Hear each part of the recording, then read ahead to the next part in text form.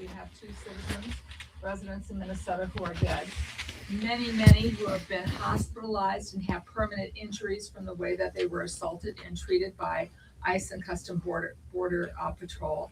Businesses that had to close, employees that were afraid to go to work who were U.S. citizens because they were getting more than we hospitalized, daycare setting.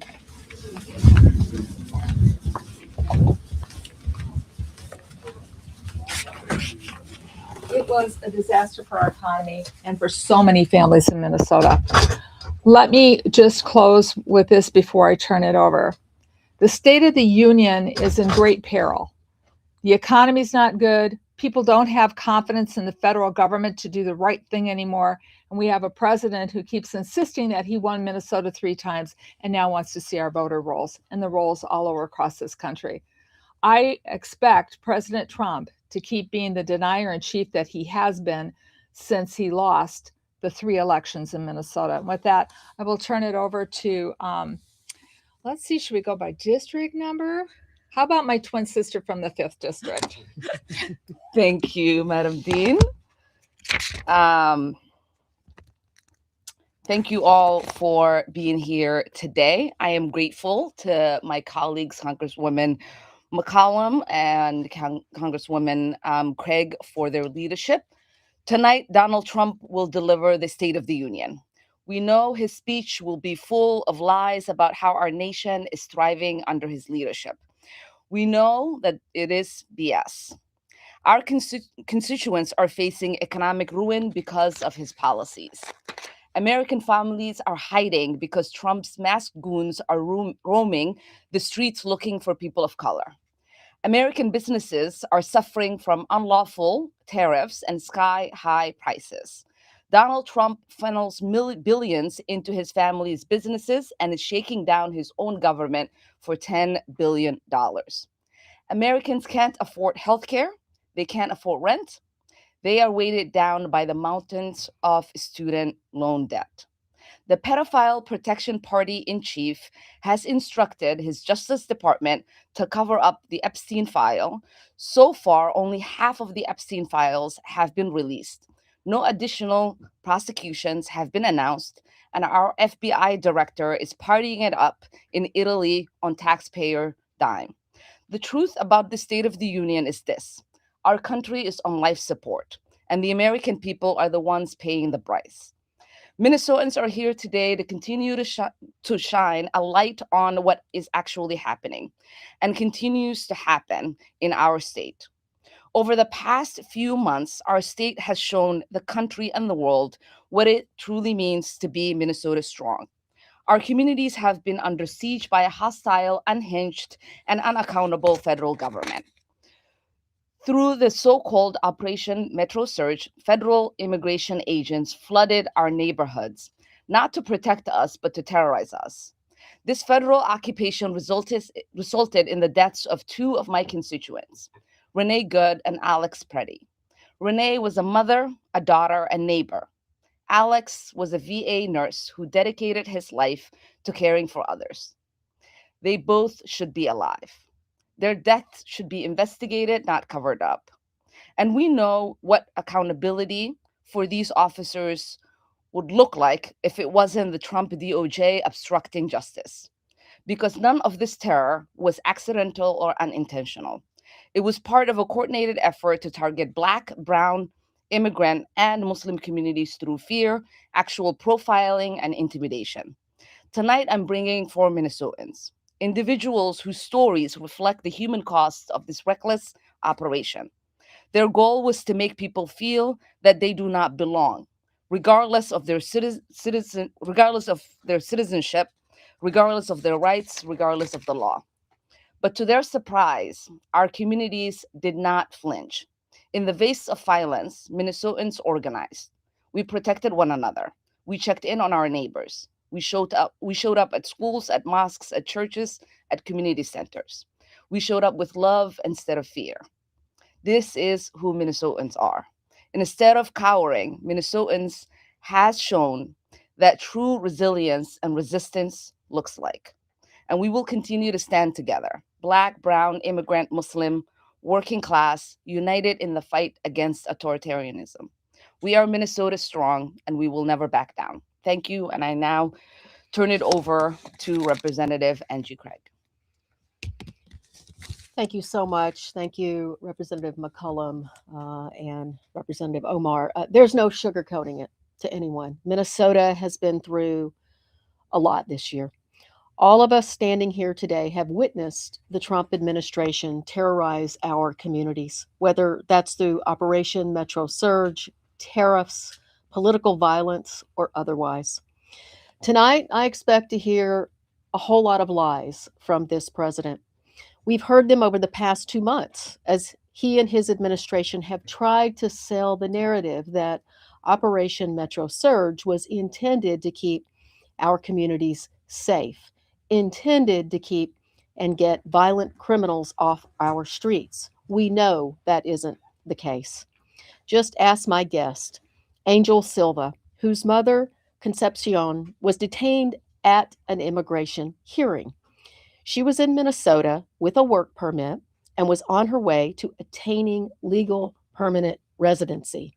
She was attempting to do things the right way, but the Trump administration doesn't care about that.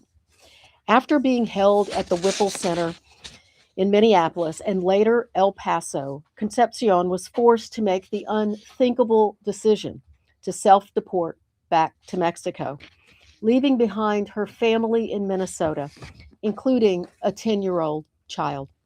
Just last week, Representative Omar and I went back to the Whipple Federal Building to conduct congressional oversight of the ICE detention center where Concepcion was held. We provided over a week's notice and were granted a tour of the facility at the 11th hour. When we got there, we found the facility completely empty, with the last detainee being transported out 30 minutes before our arrival. Again, this is no accident. This administration doesn't want us to see what's really going on behind closed doors. They will feign transparency and try to shift blame at every opportunity. But Minnesotans know the truth. The ICE officials at the federal building tried to tell us that they have a zero tolerance policy for racial profiling. But our eyes do not deceive us, and nor do our cameras. Thank you to Minnesotans for standing up, for stepping up, and making sure that the world could see what actually happened in Minnesota. We've seen ICE detaining folks based on the color of their skin, showing up at immigration hearings and schools, and ripping children from their parents. Somehow, even amidst the chaos and terror President Trump and Kristi Noem have inflicted on our state, Minnesotans have remained peaceful. They've stood up for their neighbors. They've used their voices, not violence, to respond. They've exercised the right to constitutionally observe and protest. They have reported on what's happening here, and they have demanded justice for the deaths of Renee Good and Alex Preddy. We must continue that fight on behalf of Angel and his mother, Concepcion, and countless other Minnesotans whose lives have forever been changed by Operation Metro Surge. We will never forget the trauma that President Trump and his administration inflicted on our communities, but we will soon begin the difficult process of healing, one that Minnesotans are all too familiar with. That starts with uplifting the stories of folks like Angel and his family, and all the guests here with us today. We will not let this administration continue to set the narrative. We can't. So thank you to everyone here today. It's an honor to be side by side with my colleagues from Minnesota. Thank you. I did not mention my guest because we're going to close with that. So some of us had the honor and the privilege of serving with Melissa Hortman. Some of us knew her. I met her the first time she was running for the Minnesota House and lost a race. And I knew she was a very special person then. I met Colin at the time, who was much younger and a lot shorter, her son and her children. And they will be, Colin and his wife will be the guest of Congresswoman Morrison and myself. They're here to exemplify what Melissa exemplified, what we exemplify, what our state does. a state that shows consideration and kindness to one another, a state that wants to tone down the rhetoric so that we can have the conversations how to move our economy, hope, and opportunity for all the residents of Minnesota together. We've lost a lot in Minnesota this year. Before the surge, we watched Melissa and her husband violently murdered, and we are so grateful that John and Yvette have recovered from their injuries. It was a weekend like no other, and then to have the surge come on top of it was very, very traumatic for our state. But as my colleagues have pointed out, we rise up. We look to the North Star. We look to one another to make sure that we will have a democracy that represents hope, values, rights, and protects our Constitution. And so I think our reflection not only is the state of the economy not good, the state of this nation under President Trump's leadership is not going the right direction. And the American people agree it, and Minnesota saw it firsthand. So if anybody had any quick questions, we'll take a few. Just There's a direct lot of us. folks who aren't attending from your party tonight. I guess what's the considerations that you guys made in terms of going? I'll speak for myself, and I've been to more of these than the two of them have. He's promised a very long speech, and that in and of itself can be rather difficult because it's a long day today. I respect every single one of my colleagues who make the decision not to go. I've always attended State of the Unions. I felt it was important for Minnesota to be there united to show that there's an old Phil Collins song. It's called In the Air Tonight. I know, I've seen what you've done.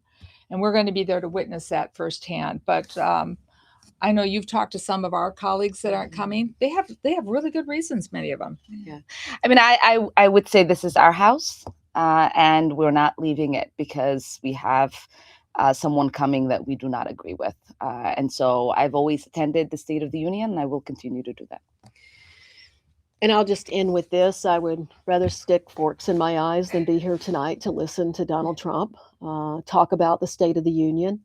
But this is the people's house, and I will not abandon the people's house. And that is why I feel it's really important to bring Angel Silva here to represent and have Donald Trump have to look in the face tonight the people that he has hurt across our country. I got a chance to meet you, but these two haven't. So if you'd introduce yourself. I don't know who knows who. Yep.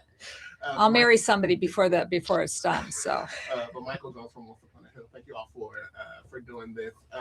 Before Operation Metro Surge and dating back to last year, President Trump's immigration numbers were always higher than his economic numbers, but now they're both deeply underwater with the American people, given what they've seen happening in your state. Do you view kind of the unpopularity of President Trump's, mass deportation operations as an opportunity for you all to really press the case for the reforms that you all are demanding, given the fact that he's delivering this speech when U.S. Secret Service are going to be protecting this place, not getting paid, TSA agents all over the nation? Is there an opportunity, given the fact that Americans are so just dissatisfied with what they're seeing in your state and across the country, for you all to continue to press this case for why these reforms that you all have been demanding are so necessary? Betty, and then I'd like to answer. So President Trump surged into Minnesota, hoping to make Minnesota be the poster child for the numbers of thousands of people he wanted detained every day. But when he came to Minnesota, he found out a lot of the people, Black and brown, as my colleagues have pointed out, either had protected status, were going through the right way and to become a citizen and to work in the state, or they were citizens or first generation. And so it all went wrong for him. And the brutality of it was all recorded, as my colleagues have pointed out.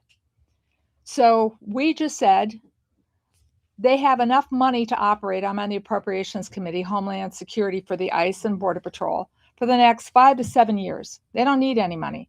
This is our opportunity to say, you know what? They need to behave like the professionals we expect from law enforcement, from our local law enforcement. This was our opportunity to do that. And the president didn't want to do that. And he made it really clear to me this weekend when he said that they were going to cut off the pre-check for at the airport. That was sheer bullying. You know what?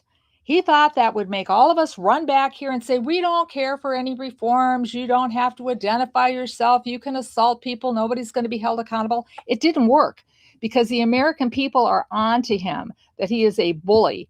And so him and Kristi Noem had to walk that back right away.